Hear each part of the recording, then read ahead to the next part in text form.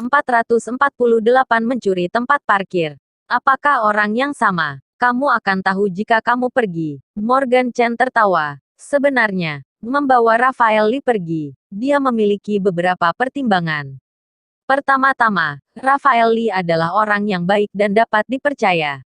Yang tidak dimiliki adalah kesempatan tatap muka dan perjamuan makan malam ulang tahun Helen Chu ini. Untungnya bisa memberikannya kesempatan. Belum lagi dapat membiarkan Raphael Lee bertemu berapa banyak selebritas dan pejabat terhormat. Tetapi itu pasti bisa membuat Raphael Lee melotot dan melihat. Tatapan dan wawasan ini akan memainkan peran penting dalam pengembangan Raphael Lee di masa depan. Oke, aku pergi. Raphael Lee mengangguk. Jika Morgan Chen mengatakan yang sebenarnya kali ini, maka Morgan Chen melakukan ini hanya untuk satu tujuan. Morgan Chen ingin membantunya. Jadi dia tidak bisa memenuhi harapan Morgan Chen. Bahkan jika ada pertikaian di perjamuan makan malam ulang tahun keluarga Chu, dia harus melangkahnya. Waktu segera masuk ke petang hari. Di bawah selubung cahaya terang, Danau Nakaumi, sebuah kota metropolitan internasional, bersinar dengan kecemerlangan yang menawan. Morgan Chen awalnya tidak pergi ke Chu Mansion, tetapi pergi ke pasar barang antik dan memilih gelang giok untuk Helen Chu. Nilai gelang itu tidak tinggi, hanya 7 atau 8 ribu. Ketika Morgan Chen meminta petugas untuk membungkus gelang itu, Raphael Lee tiba-tiba menunjukkan ekspresi terkejut di wajahnya. Kak Morgan, maukah kamu memberikan ini kepada Nona Chu? Morgan Chen tersenyum sedikit, kenapa, tidak bolehkah? Tentu saja tidak, Kak Morgan. Nona Chu adalah bintang wanita terpanas di China dalam beberapa tahun terakhir. Memberikan orang biasa gelang seharga 7 atau 8 ribu sudah lebih dari cukup. Tetapi jika kamu memberikannya kepada orang seperti Nona Chu, aku khawatir itu tidak akan diterima. Kylie berkata dengan sangat bijak. Menurut pendapatnya, hadiah Morgan Chen memang agak kumuh. Untuk menyenangkan Helen Chu, Kylie membeli lukisan kuno bernilai lebih dari 100 ribu yuan, dan Morgan gelang yang dibeli Chen bernilai kurang dari 10 ribu. Di depan seorang wanita kaya dan bangsawan seperti Helen Chu, hadiah yang nilainya kurang dari 10 ribu mungkin tidak seberapa. Tenanglah, dia akan menerimanya. Morgan Chen tersenyum. Dia mengerti Helen Chu. Helen Chu bukan semacam sombong, hadiah ribuan, dan jutaan. Di matanya, itu tidak jauh berbeda. Yang penting tergantung siapa yang memberi hadiah. Selain itu, bukan berarti Morgan Chen tidak mampu memberikan hadiah mahal. Jika dia mau, dia bahkan mampu membeli puluhan juta hadiah. Tetapi tidaklah perlu. Di satu sisi, hubungannya dengan Helen Chu belum mencapai titik itu. Di sisi lain, ia tidak perlu membuktikan dirinya kepada Helen Chu.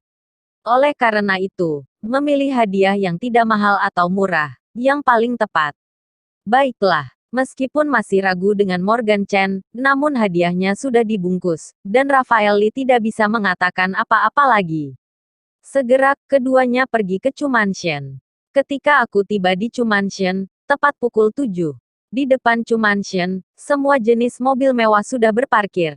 Kak Morgan, tidak ada tempat parkir di luar harus bagaimana? Hari ini Raphael Lee bertindak sebagai sopir.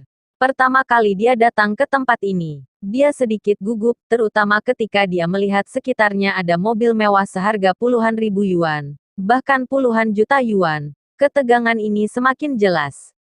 Jika secara tidak sengaja tergores, separuh hidupnya, tidak akan bisa menjelaskannya. Terus masuk, harusnya ada tempat parkir bawah tanah di dalam.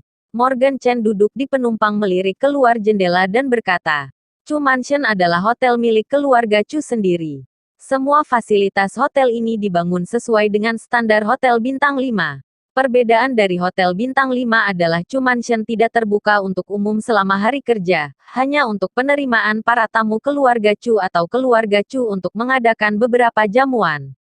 Untuk hotel seperti ini, selain tempat parkir terbuka, harus ada tempat parkir bawah tanah.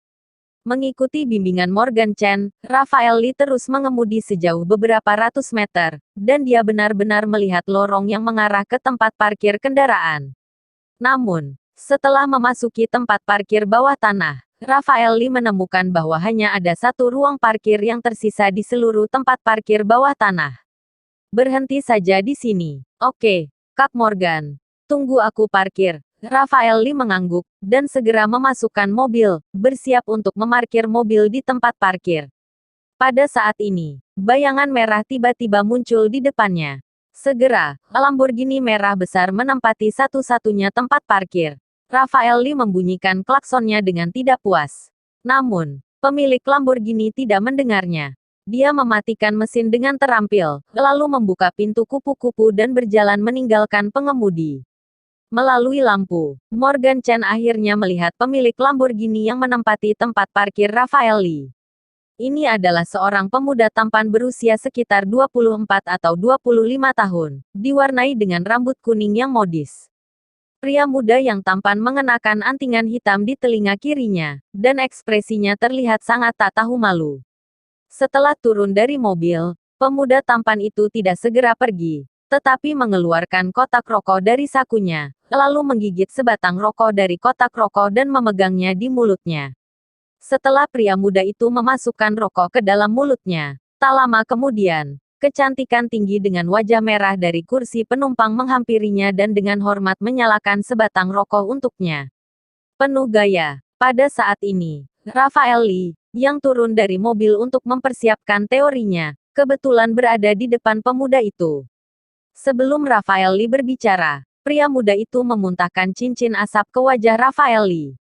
Meskipun hatinya sangat sedih, Rafael Lee tidak marah. Untuk pertama kalinya Lamborghini yang dibuka oleh pemuda ini adalah model terbatas domestik, hanya ada kurang dari 10 mobil di China, dan harga rata-rata per mobil adalah 10 juta yuan.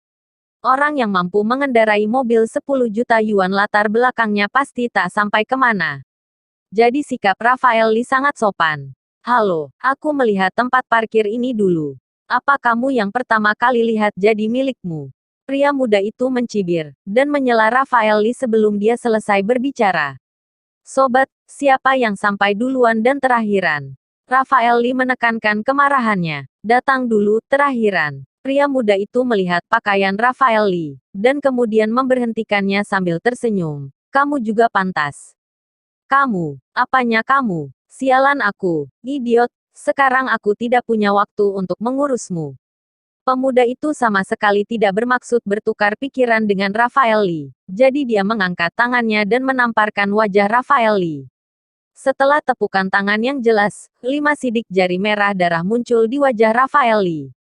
Tapi pemuda itu seperti orang baik-baik saja, sudah tersenyum dan memeluk pinggang kecantikan berwajah merah, siap untuk pergi. Berhenti. Pada saat ini, suara dingin Morgan Chen terdengar. Pemuda itu berhenti, dan berbalik ke samping. Munculnya wajah hippie yang tersenyum menghilang dalam sekejap, dan itu berubah menjadi tampilan yang sangat suram. Tidak tahu malukah? Minta maaf padanya. Morgan Chen mendatangi pemuda itu dengan dingin dan berbicara dengan tenang. Meminta maaf kepadanya. Ketika pemuda itu mendengar kata-kata Morgan Chen, dia tampaknya telah mendengar beberapa lelucon besar, ekspresinya sangat dilebih-lebihkan. Dan kemudian dia cemberut, bagaimana kalau aku tidak minta maaf? Bersambung. Jangan lupa like, komen dan subscribe. Terima kasih.